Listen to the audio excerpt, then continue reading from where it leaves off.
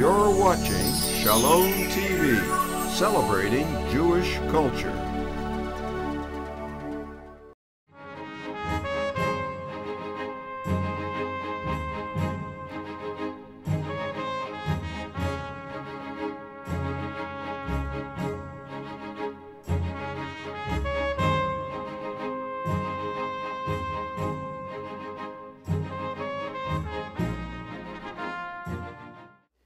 First, I'm going to ask a very general question about how the relations between Israel and diaspora Jewry have changed in recent times, to give people a chance. But for everyone speaking less than 5 minutes, just on this very general question before we get into more specifics that might be more controversial. Ido. Well, I think that the main question that we have to ask ourselves today is what will capture the imagination, the minds, and the hearts of the younger generation. I think that the enthusiasm that we witnessed around formative events like the 1948 War of Independence and the Six-Day War, the 1967 war, that kind of enthusiasm is no longer there. And the question is, what will generate it? The State of Israel today is interested in more than just political support, in more than just support that relates specifically to any given policy guideline. The State of Israel is interested in becoming a source of attraction to the entire Jewish world. We'd like to see more Jews visiting Israel. We'd like to see more Jewish businessmen investing money in Israel. We'd like to see Israeli culture celebrated in Jewish communities all over the world. And of course, we'd like to see more support for our policies. But it's not just about policy anymore. It's way beyond that. And I would describe this new change as the holistic approach in Israel diaspora Jewry. Russell. I think that we have to realize that we won. And nobody wants to get into that in the Jewish organizational world, especially from the United States. There is no Jews in exile. Get with it, we won. There's no Jew anywhere in the world that cannot move to Israel by choice. That means that we're in the most special moment of our Jewish existence. We're at that moment in which we prayed for, which we worked for, which we bled for, which is about partnership. And it's not about raising money because Israel and poor Israel. It's not a poor Israel. It's not about talking about, even the lively discussion of the earlier discussion is not the discussion that is going to get people involved. It's not the discussion that's going to enthuse people and want to do there. It is an oxymoron. You cannot invest into a bank in Israel if every time you hear somebody speaking about Israel is it's going to be nuclear nuked. You cannot think about going on an El Al flight to Israel for a country that is poverty-stricken and looks like Bangladesh. And that was the Israel that we promoted in the past. And that's not the Israel that the young people want to connect to, and that's not the winning Israel. It's a team that has winning. It is the most successful investment that has ever been made by any philanthropic people. And that philanthropy should continue because we have parts of it that still are there for development. It's not all about the Jerusalem and its environment, whether it's the West Bank or Judea and Samaria. We have places in the Galilee and the Negev we could develop and be pioneers and be part of that spirit and water and all sorts of issues in Israel. And that is the moment that we're in. And if Jewish organizational life and Jewish organizations and newspapers and everybody does not get into the idea that this is about a winning team and a winning formula, and if you want to join the winning team, join the team of Israel and its connection with the diaspora.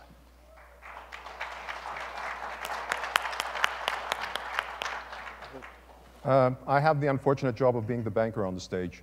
So that sort of leaves my area of scope limited. But I do want to tell you two stories about economic history of Israel, which will perhaps illustrate why what my colleagues have said prior to my discussion are really the truth of the matter. It's a partnership today and no longer philanthropy. And I will give you two very short stories. The first one, many, many years ago when Israelis were coming, this is in the pre-internet days, you know, people used to give out binders in various trade shows. And, you know, the idea was you got a big binder and then you put in material from every group that you went to see. Now, for those of you that don't know, binders in Israel, you know, the loose leaf binders in Israel have two holes in them. Those in the United States have 3. So when Israelis used to show up in trade shows, they used to give out material, beautiful material, didn't fit, we threw it away. Now, obviously, things have changed. I'll give you another story, and that is the story about how Intel got to be in Israel. And I know this personally because I did some other job many years ago in the Bay Area. And the story is that there was an Israeli fellow working for Intel who was a very, very clever scientist, and he wanted to go back home. And Intel told him, look, you know, we don't want to lose you, but if you really want to go back home, we'll set up a small R&D center. And they established a small center with 10 people, and they had a problem which Intel could not solve.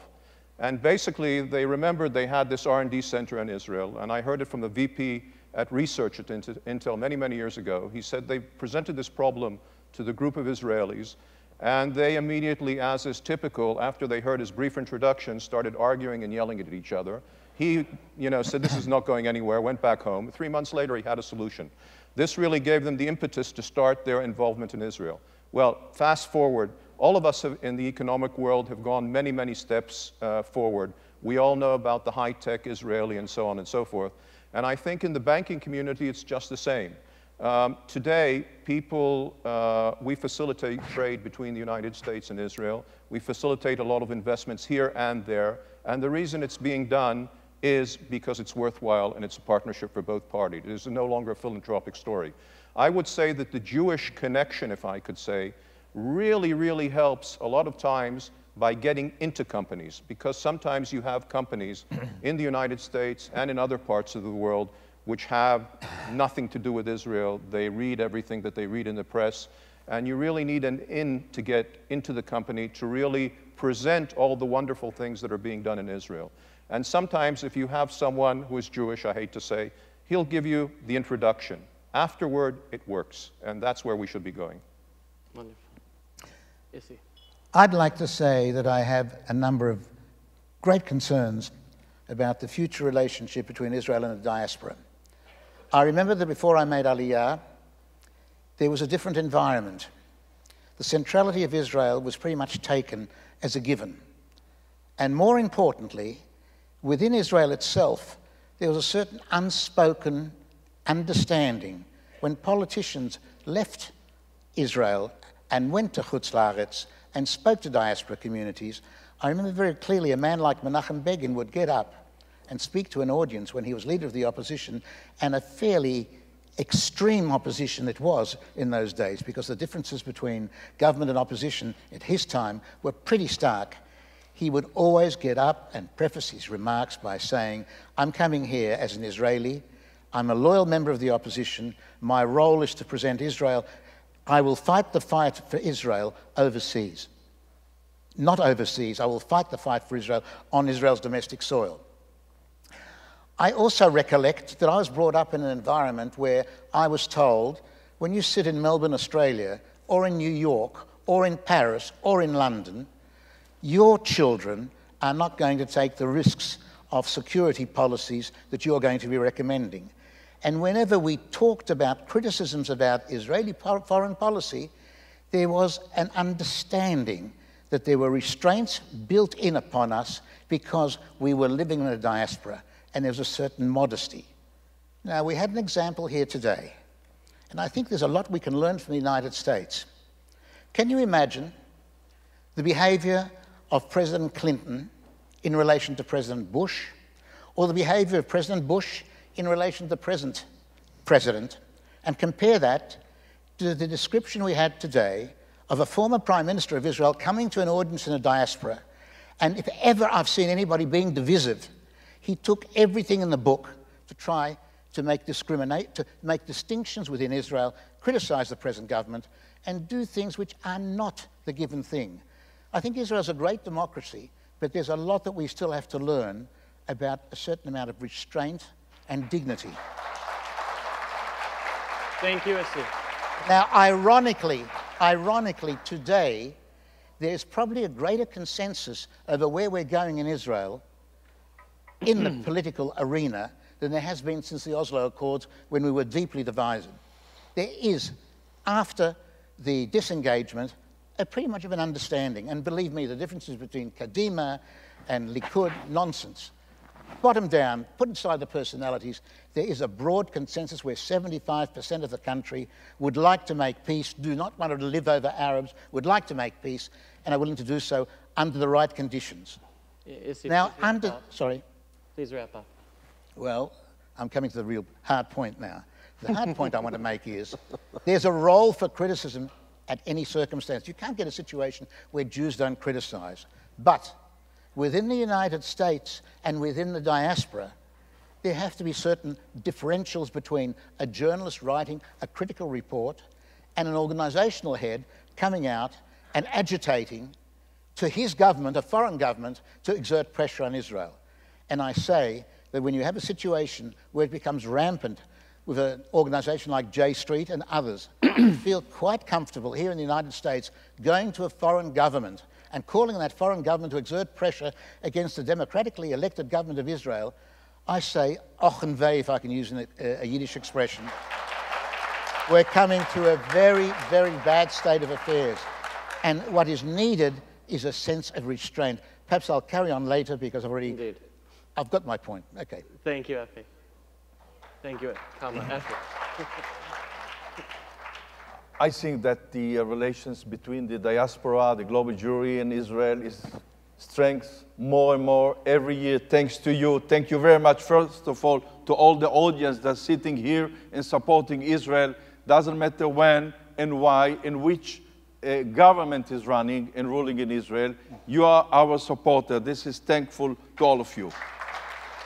But second, I can tell you that since 1897, in the first Zionist Congress that was in Basel, if we would ask all those audience, should we create a Jewish state? There was a big, or let's say, it wasn't in one, always all of the people said yes. Keren Kayemet L'Israel, JNF, was established 1901, 110 years ago. And even though 5 years later, the first Congress, because it was an argue between the Jews. Should we have or not a Jewish state? And I can tell you now, as a world chairman of Keren Kayemet L'Israel, JNF, we are lucky of Dr. Herzl that gave this an order, let's do it, and he did it. And today, the genetic code between Keren Kayemet, JNF, and the global Jewry is Keren Kayemet L'Israel. We are the genetic code between the diaspora and Israel. And since then, in the last 110 years, we bought, we didn't get, we bought it. And the money of the global Jewry, thanks to that blue box, the blue pushke, הקופסה הכחולה. And today, Keren Kayemet L'Israel we are owner of 13% from the land of Israel. And this is the connection, because we can argue with all of us, political right, left, etc. But we are talking about a Jewish state. And that land doesn't belong to the government. It doesn't belong to Keren Kayemet. It belongs to every Jew, wherever he lives, around the world. And what we are doing is preparing Israel for better life, for those who would like to come and live in Israel. It doesn't matter when and why.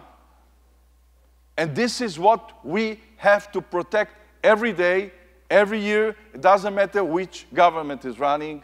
And here, Democratic, Republicans, for us, it's the same. We have to protect. So I'm sure that today, the relations between the diaspora, the global Jewry, and Israel is more strength every year, more and more. It doesn't matter the argues. And we have here an example, wonderful example of JNF USA, running by CEO, by Russell Robinson, that is supporting us every day, every year. And all the people, when we are talking about projects. Effie, maybe we should say with the project. So what I would like to say again and again, we have to see the main street. We have to go in the main road. And the main road is the connection, and to make them better and better, every day better, but the connections are wonderful. Thanks. David, thank you for your patience.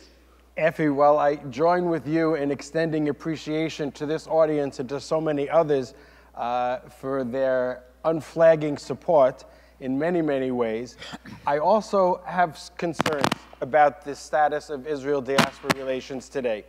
Part of it's our fault. I'm glad that Russell is on the panel, but the panel that was initially advertised for the last several weeks, not a single diaspora Jew. We sound like it, but we all are, the rest of us all live in Israel.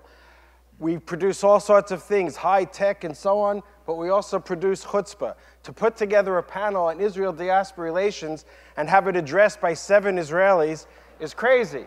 It's like having a panel on the status of women and having 7 men, or is there a place for Reform and Conservative Judaism in Israel, and ask 7 Orthodox rabbis? It just doesn't work. And as long as we keep talking among ourselves and not with each other, Israel-diaspora relations is not going to become what it needs to become. And while we continue to be using the same language, the same words, I'm also afraid we're speaking 2 different languages. You talk about the importance of Keren Kayemet, of JNF, in preparing the land. Certainly I support that, it's important, and so on. And indeed, we've been talking for 2,000 years about L'Shana Haba B'Yerushalayim, next year in Jerusalem. But what does it mean? I think it means very different things for us. I recently spoke with a group of students in Jewish education who spent 2 years in Israel. And I asked them now at the end of their time here, what does it mean to you when you say L'Shana Haba B'Yerushalayim?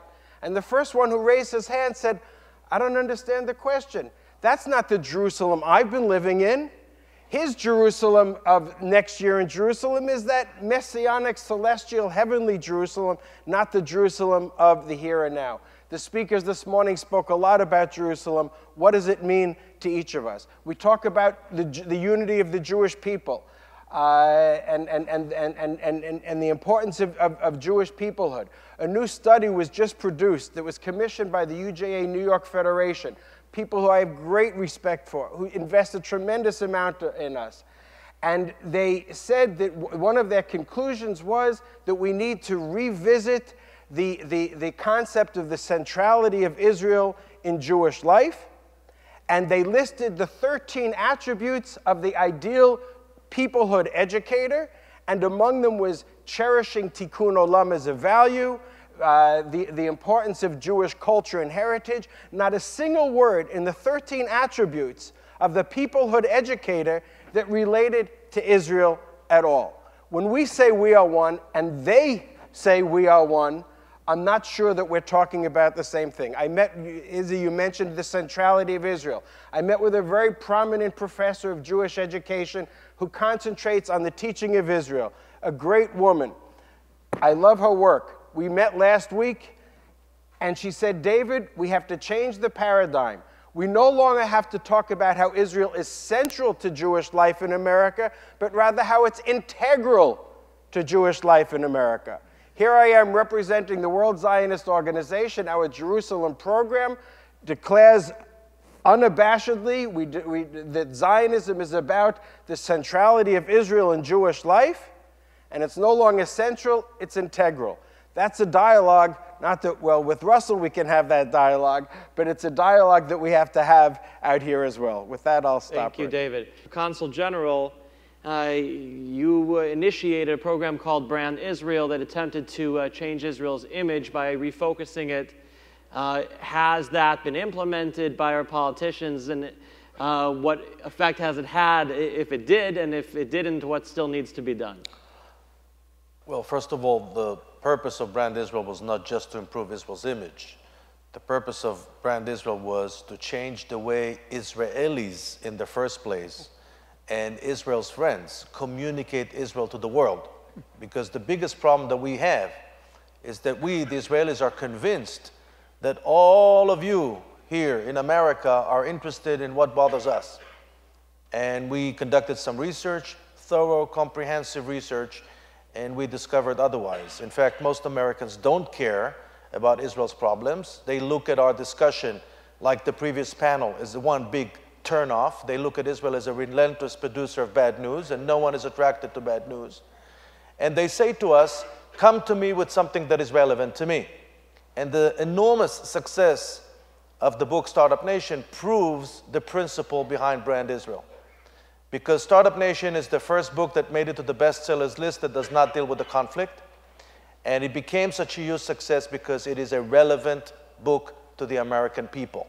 And Israel can be relevant, but we never bother to highlight those dimensions in Israel's personality to the American people. When you do, then the results are amazing. Let me give you a couple of examples.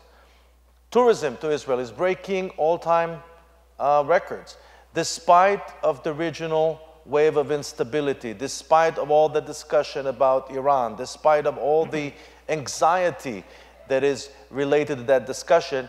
The tourism numbers are breaking all the records. There's a reason for that, and the reason is because the state of Israel started to market the product called Israel and not only defend the product called Israel. And I say to you that if we thought for many, many years that we have only one task, and that is to win an imaginary debate about the unhappy geopolitical circumstances of the Middle East, then today we know, largely thanks to the internet and Facebook, the age of Facebook, now we know that there's another monumental task for all of us. It's not just about winning debates. More importantly, it's about building relationships with groups of influence, with people that can actually make a real contribution to the state of Israel. When you do that, when you're engaged in a meaningful dialogue with those groups, you see the results immediately. You can see the results of our extremely productive dialogue with the gay community, especially in Europe, but also here in America. You can see that in the dialogue that we're having with the various Christian denominations. You see that in the tourism numbers. You see the results even in tiny niche markets. Russell here is developing an amazing conversation with people that care passionately about the environment. And there is a Professor Yossi Leshem at Tel Aviv University that has a tiny, tiny conversation about bird migration. But if you take all those niche conversations and put them together, you can really make a difference. And I think that what you're seeing now is the celebration of this new narrative, emerging narrative, that looks at Israel, as Russell said, as a success story, as a bastion of creativity that is also inspirational for the rest of the world. Thank you. Russell, David pointed out you're the only American sitting here. If so, you as an American, what appeals to Americans today? What kind of Israel do they want to know about, and how can the environment be used to promote Israel's image in the United States? Well, I'm going to disagree first with David and the study in which you talked about, because that's a self-fulfilling prophecy that a lot of organizations want. Israel is central, and Israel is a growing part of the conversation of young people, of old people, of all people. And if you read the amount of donors that are going to organizations outside of the system that was set up for many years and it was known to us, there is more donors. We have grown in donor base. The Friends of Israel organizations have grown. More and more people are contributing, and more money is being raised for Israel. So it's a measurement of a connection. And on young people as well, it's an exciting opportunity. What we're not doing is investing enough into young people. And that discussion that was earlier, and I will tell you, the discussion that we constantly want to bring, Izzy, in all due respect, it doesn't matter whether it was talking about the opposition, they don't come and talk about it. Nobody knows who the Secretary of Commerce is in the United States. Nobody, by the way, it's a pretty important position in the United States. But everybody knows who the Minister of Environment is in Israel, or the minister in charge of stop signs is. Because that's the discussion that we want to keep bringing to people, is let's talk about those issues that are so minutia in every day of our life. But we have Birthright, and Birthright is taking and has changed the American scene. But I ask you, and I spoke to many, and I'll speak on the religious community. I spoke to the religious. How many of you have visited outside of the confines of a small circle outside of Jerusalem? How many have gone to Independence Hall? How many have visited Independence Hall, a place that the Declaration of Independence was read? And I went to a synagogue, and there was hundreds of people at it. And in that synagogue, I will tell you that there was less than 10% that raised their hand, and those are people that go to Israel 2 or 3 times a year. How many have visited the wonderful sites in and around Israel and get to know that? That is the discussion, and that is where we're going. Let's put our money into high school programs. Let's put our money into starting new camps in Israel that are for young people to come, not because it's in Israel, because it's the best 5-star camp anywhere in the world. And they'll come to Israel, and they'll be part of that discussion at a younger age. But you cannot have that discussion about sending your 8, 10-year-old child to Israel that's going to be nuked or that is suffering from the greatest devastation that has ever happened to mankind. Okay. Thank you. Ehud, I want to ask you more specifically to the topic that was advertised about U.S. Jewry's socioeconomic interaction with the Jewish state. At a time when Israel is doing well economically and the U.S. Is going through a challenging time, should the traditional U.S. diaspora relationship be rethought? Well, again, far be it for me to talk about the general. My colleagues here can do it better than I. The thing that I would say is really focusing on more the economic bit of it, because that's the part which I really deal with. Specifically, the giving relationship. The perception was that American Jews shut up and give money. Well, this is a different story altogether. The giving, I was told when I was a very, not only about money, but generally to give is something which is good for the person that gives as well as for the recipient. So, it's in all social work, I think it has something to do with that. But, focusing on the economic bit, I think that really, definitely more than any other area, it's become a two-way street. I mean, it started out by American high-tech companies investing in Israel for various R&D centers, and the flow now is much the other direction. And, you see Israeli companies selling salads in the United States, coffee in the United States, aside from high-tech and all the things you think about on the day-to-day. I'll give you a non-American example. Probably no one in this room would guess that an Israeli company sells 20% of the ground coffee in Brazil. Now, that will knock your socks off, but it's something that an Israeli company does. And this is what I see. And in my line of work in a bank, we have been here for 50 years. We started out, and our name is Israel Discount Bank. The focus in the beginning was Israeli. Now we see ourselves very much as an American bank. And, one of our selling points, I would say, is that throughout the financial crisis, the Israeli banks did very well. And the Ministry of Finance in Israel did not have to intervene like the Fed and other regulators in the United States. So I think that us being here allows us to behave like a regular American organization. And I think in the economic sphere, what I really see is the two-way street, no longer the giving, but the two-way which is beneficial to both. Okay, thank you. Issy, I want to ask you about the impact of the continued incarceration of Jonathan Pollard on the relationship between Israel and American Jewry. What did that do to American Jews, and why is he still in jail, and do you think that he'll ever be set free? I'm very loath to get deep into this, other than to say, to my mind, it is one of the greatest scandals of diaspora Jewry that Pollard is still in jail. Because by any stretch of the imagination, his incarceration under the present circumstances, purely on humanitarian grounds, smacks of something that I don't want to articulate as an Israeli here in America, but everybody understands the message I'm giving. It is an absolutely unspeakable situation, and I would say, if I may, that with all the problems we've got in Israel, I would expect American Jewry, they are schreien Gewalt, but not enough. You've got to shout more and more and more. This man should be released yesterday.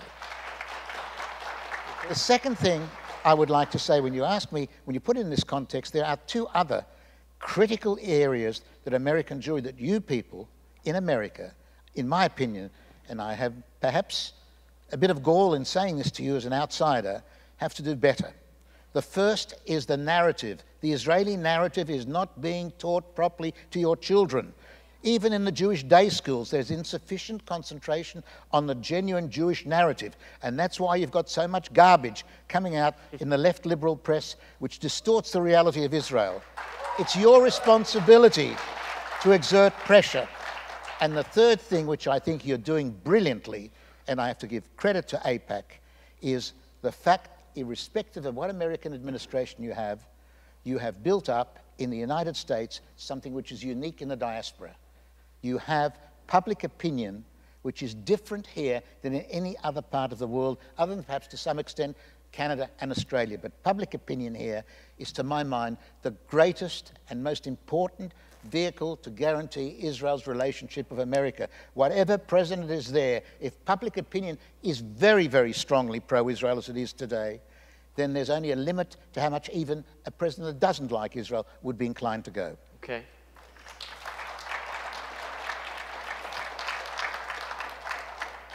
Effie, something that I asked Russell about, but he didn't quite get into yet, about how the environment could be used to sell Israel in the United States. I would like to give you a figure. 1901, we have in all over Israel 200 dunams. In 1948, after the Holocaust, we have 1 million dunams, thanks to the global Jewry who gave 1 cent, $1, and 1 mark, etc. And with that money, we had 1 million. Today, in those lands make the borders of Israel, 360 communities that have built in 1948, etc. Today we have almost 2.5 million dunams. We are gathering that land, and we are not allowed to sell any dunam, and we are protecting it. Now, we have 60, I want you to know, and I'm sure that most of you know, that 60% of the land of Israel is the Negev. And in the north of Israel, we don't have, in Galil, we don't have yet the majority, the Jewish majority.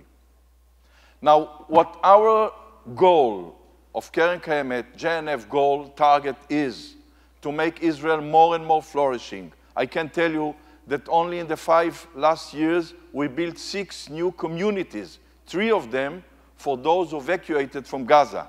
Chalutzit 1, Chalutzit 4, Shlomit, etc., etc. And we are keeping going every day, every month. Today we are making 300 projects all over Israel, together with JNF United States, with Russell, with Stan and the others. We build the biggest, the largest park in Israel, the Park Be'er Sheva, in the south of Israel, in the north of Israel, Kishon, etc., etc. So, and you have to mention also 1.5 million dunam of forest. You know, Mark Twain, when he came to Israel, he wrote a book. And in that book, he wrote that he never saw such an ugly country that Israel. And he wrote also that Israel, Palestine, those days, have to get the crown of the ugliest country. But since then, we planted 200 million trees all over Israel, and today, thanks to Keren Kayemet, we are the 4th aquifer of Israel. 50% of the agriculture is coming from the water that we are recycling water, and 78% of the water of Israel, the gray water of Israel, is recycling. We are #1 in the world. So when you came to Israel, and you came, and I can ask you one thing. I don't think that every Jew wants to live in Israel. Everyone can live whatever he wants. But only one question, or only one wish, that everyone will have something, a connection in Israel. Once it was the blue box, and it's still the net between all the global Jewry in Israel. The blue box was the net, and today also, but not as before. Thank you.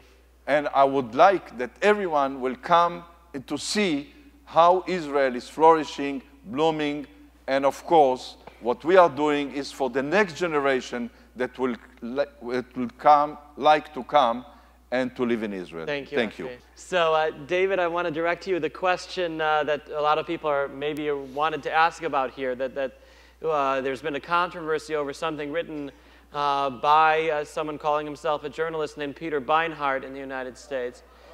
who seems to believe that the relationship between young people in America and Israel has been irrevocably harmed by Israel's policies. Is that really true? And what do you think about his solutions? I don't know if it's been irreparably harmed, but I think that there's a certain warning in the things that Peter Beinart has written that we have to take to heart. Not having yet read his book, I won't comment on it. I'll leave that to others. But there is a warning out there, and I think the warning is that we have to reclaim the Zionist dream. This conference, this entire conference was framed as fighting for the Zionist dream. All I've heard about up until our panel has been fighting the Zionist nightmare, a nuclear Iran, the Intifada, and so on. What happened to the values? What happened to the dream that was really at the origins of Zionism to begin with? It was Herzl himself who more than 100 years ago said that he truly believes that even after we get our piece of land, Zionism will continue as an ideal, for Zionism isn't only the longing for a piece of the promised land, but also the longing for ethical and spiritual fulfillment. You don't need to read very far in any paper, including the Jerusalem Post, to know that we haven't yet reached that spiritual and ethical fulfillment. It's that dream of creating a chevrat mofet, of creating an exemplary society, that we have to inspire. You talked, Russell, and others about the importance of reaching out to our young. It's that idealism, that effort to create of something of Israel, not just a safe place for Jews to live in, as important as that is, but really as an ideal kind of state. Herzl wrote 2 books, Der Judenstaat, which described the need for a shelter for the Jewish people, a refuge, but he also, even before he had a tiny piece of the land that Keren Kayemet eventually restored to us, he already wrote his utopian novel, Old New Land, Alt Neuland, in which he describes what this ideal country was going to look for. If we're going to respond to Peter Beinart, it's not going to be by attacking him, but by coming forward with this dream and inspiring a new generation about what we want to do. My name is Daniel Ackerman. I'm going to be a senior at Florida State University in Tallahassee, Florida. And my question revolves specifically around diaspora Jews on college campuses. Primarily 18 to 21-year-olds. You have all the distractions from football games to parties to plenty of other activities on campus. And it's difficult to get people interested in Israel. And there's only so much you could talk about with Israel being the only democracy. Israel made the camera pill, you know, Bar Raffaelli. And it's rare that I get to ask experts, which is why I love these times, to get your wisdom. But what, in your opinion, will get young people ticking and interested in Israel, if not to start the conversation, to get people hooked? What can I do on my campus of 80,000 students to make Israel relevant, fun, and something that they want to make time for when you have all these distractions that a college campus offers you? Great question. Maybe the Consul General wants to answer that one. Well, you know, what makes Israel relevant, essentially, you possess the answer. The biggest mistake that we made over the years is that we assumed that what will create the attraction and the relevance is, again, winning this imaginary debate. And it doesn't work, because today, and I think that every person here who visits university campuses regularly would agree with that, today the #1 problem that we have on campus is not that they're anti-Israel. The #1 problem that we have on campus is apathy. And campuses in America are not primarily anti-Israel. If they're anything, they are probably more anti-establishment in general terms than anti-Israel. So the task and the goal and the challenge is to create relevance. And we, again, conducted research, and we know that there are 6 areas that students are interested in. #1, believe it or not, is not the Middle East. I know it's a shock to all of you, but it's not the Middle East. #1 is lifestyle and leisure. #1 attraction is lifestyle and leisure. Everything that has to do with the popular culture they consume, the way they dress, what they eat, the kind of music they listen to, the kind of movies they go to. And Israel has a lot to offer in that area. The second thing that we discovered is that a conversation about Israel as a political entity is not attractive to them. A conversation about Israelis as human beings, that may be attractive to them. And so therefore, our task as a community is to put a human face on that political entity called Israel by bringing to campus inspirational Israelis. Now, I can't tell you what kind of Israeli would work in Florida as opposed to Arizona. Bar Rafaeli might but I can tell you that Bar Rafaeli has an appeal probably to some. Some people will be inspired by a Nobel winner in chemistry. Some others will be inspired by Ohad Naharin, who is a very famous Israeli choreographer. And maybe some others at UCLA Film School will be inspired by a young Israeli filmmaker, and so on and so forth. But the point is, and I don't know if you guys are familiar with the success of the TED Talk conference, but the reason I think one of the reasons TED is so successful is because it's ideas expressed by human beings, by individuals, and you can actually identify an idea with a certain human being. We have hundreds, if not thousands, of inspirational Israelis that will make each and every one of us here in this room very proud to be a Jew or to be an Israeli. And we need to bring them to the forefront as a community, as a collective. I can tell you, and in the next several weeks this will become available to the entire community to celebrate, we compiled in the Foreign Ministry a database of some 300 inspirational Israelis. It's called Faces of Israel. And we will make it, we will launch it online in the next few weeks, and it will be available to every Jewish community to use all over the world. Brilliant.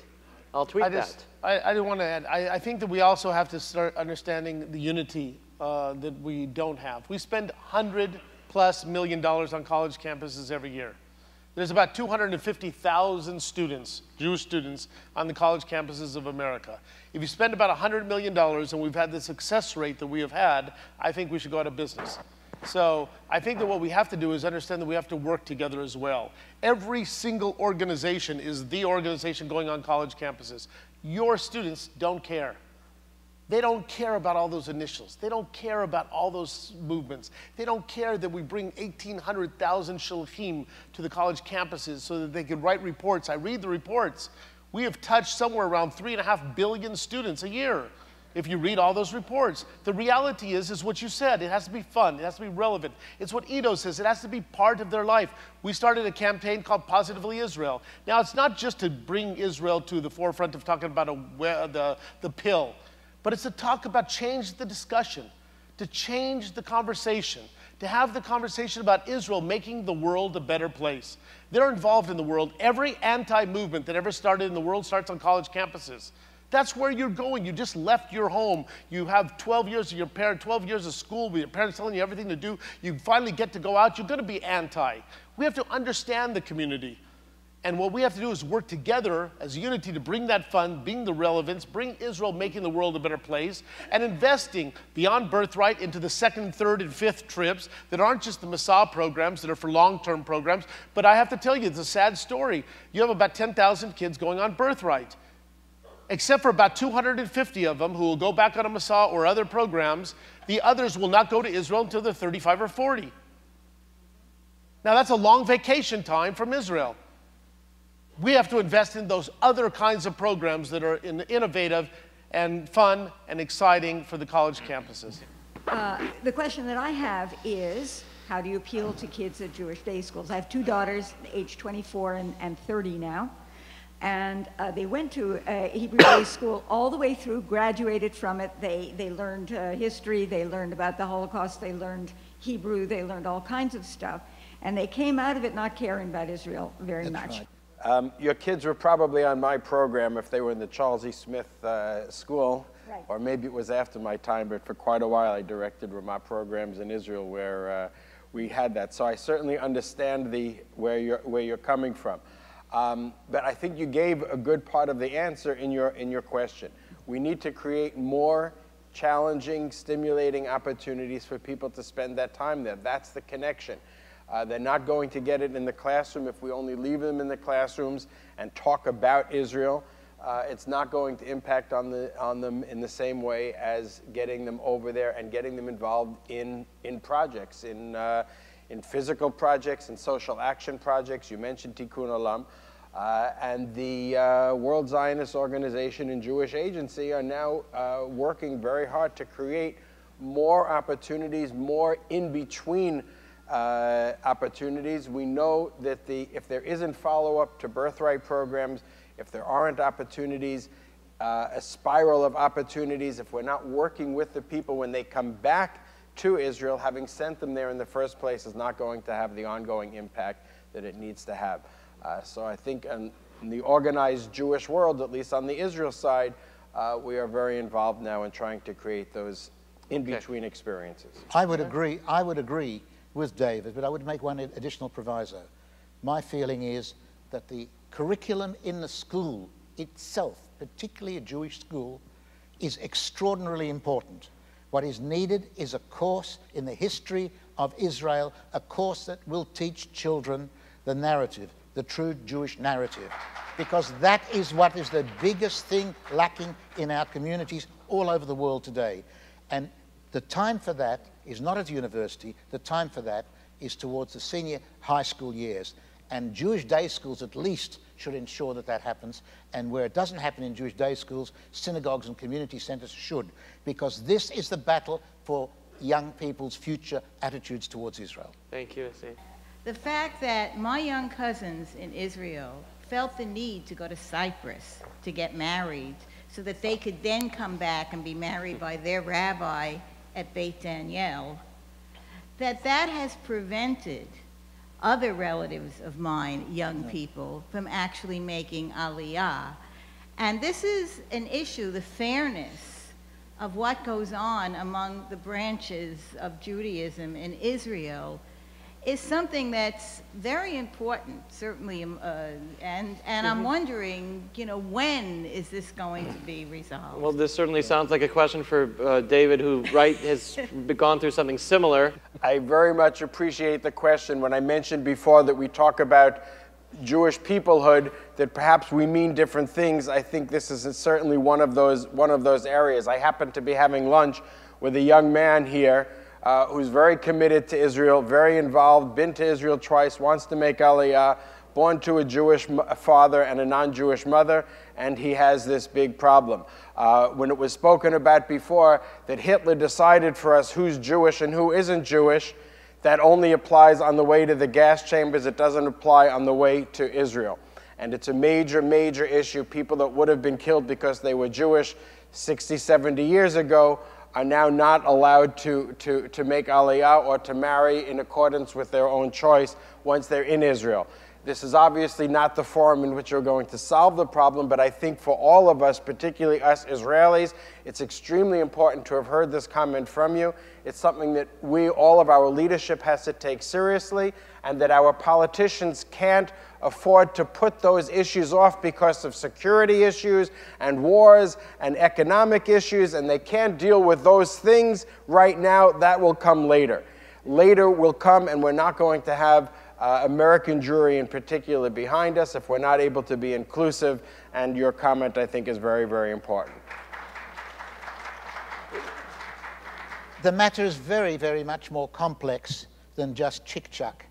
And whilst I fully endorse and understand the sentiments expressed by David, I do hope and believe that in the next elections there will be major changes taking place that will overcome most of these problems. And I fully endorse, it is very complicated, it's not an easy question, but it's one that certainly has to be tackled, and the way it is now is totally unsustainable. That applies to conversion and a whole series of other issues.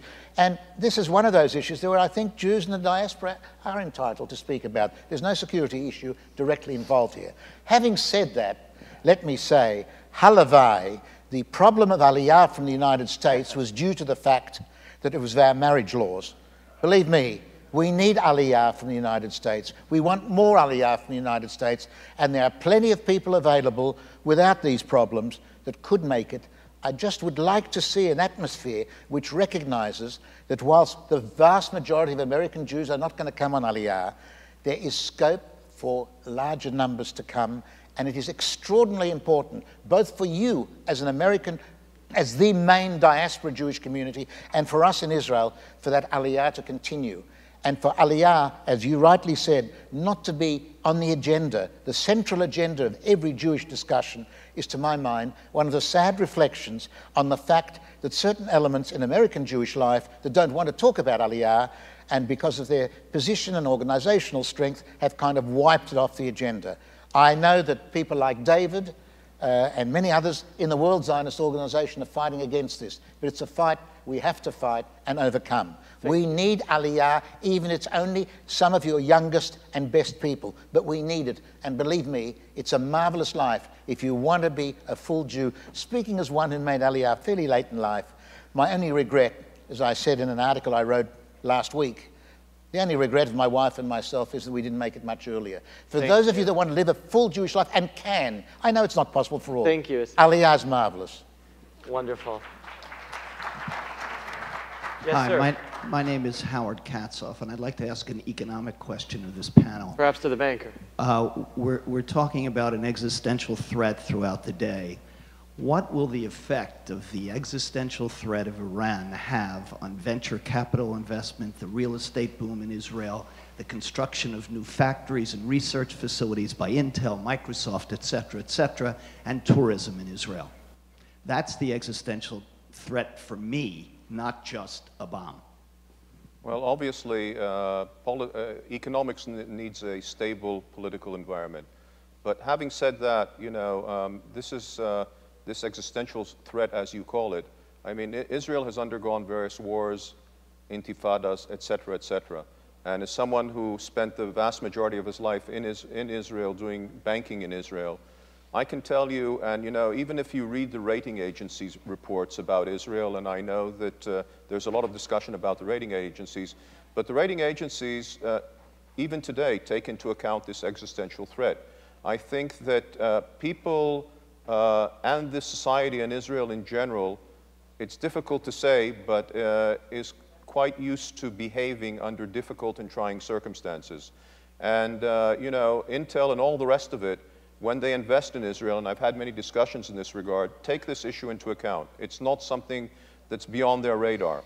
The only thing I would say, and you know, again, quoting the rating agencies, Israel will not have the A rating or the A+ rating that it has today if not for the existential threat. If it were to be someplace in Western Europe, the rating would probably be a AA or higher because of the macroeconomic numbers. So I would say, in reply to your question, really, that threat is factored in. Were it not to be in there, it would be much better. You know, before there was spoke about war, Iran, etc. Now I want to say, as I said always, the most important for the Jewish life is education and Jewish education. And in Israel and the diaspora as well. It's more important even for the defense money. And I can tell you that Keren Kayemet Israel, JNF, we are going to support education in all over the world. On that note, on education, that I think all the panelists can agree with. And the last thing is about someone, a child, came to his father and said to his father, I have a question to you. So the father said to him, you know, you are a clever boy. I don't have any answer. Let's go to the rabbi. So they went to the rabbi. And when he came to the rabbi, the kid stood up. And like this, he said to the rabbi, look, I have something in my hand. What do I have? So the rabbi answered to him, you have a butterfly. So the boy said, oh, the rabbi is clever. But do the butterfly is dying or is alive? So the rabbi said to him, look, if I will say to you, it's alive, you will stretch him like this. If I will tell you it's dead, the butterfly, you will open your hand and it's through. So the answer about the relations between the diaspora and Israel is only in our hand, as the rabbi said to the child. The answer is in your hand. Together, we can make Israel and diaspora much, much better for all the global Jewry around the world. Thank you very much, Daphne, and to all our panel. Thank you so much. And thank you to all of you for coming to the Jerusalem Post Conference and for those of you watching it around the world.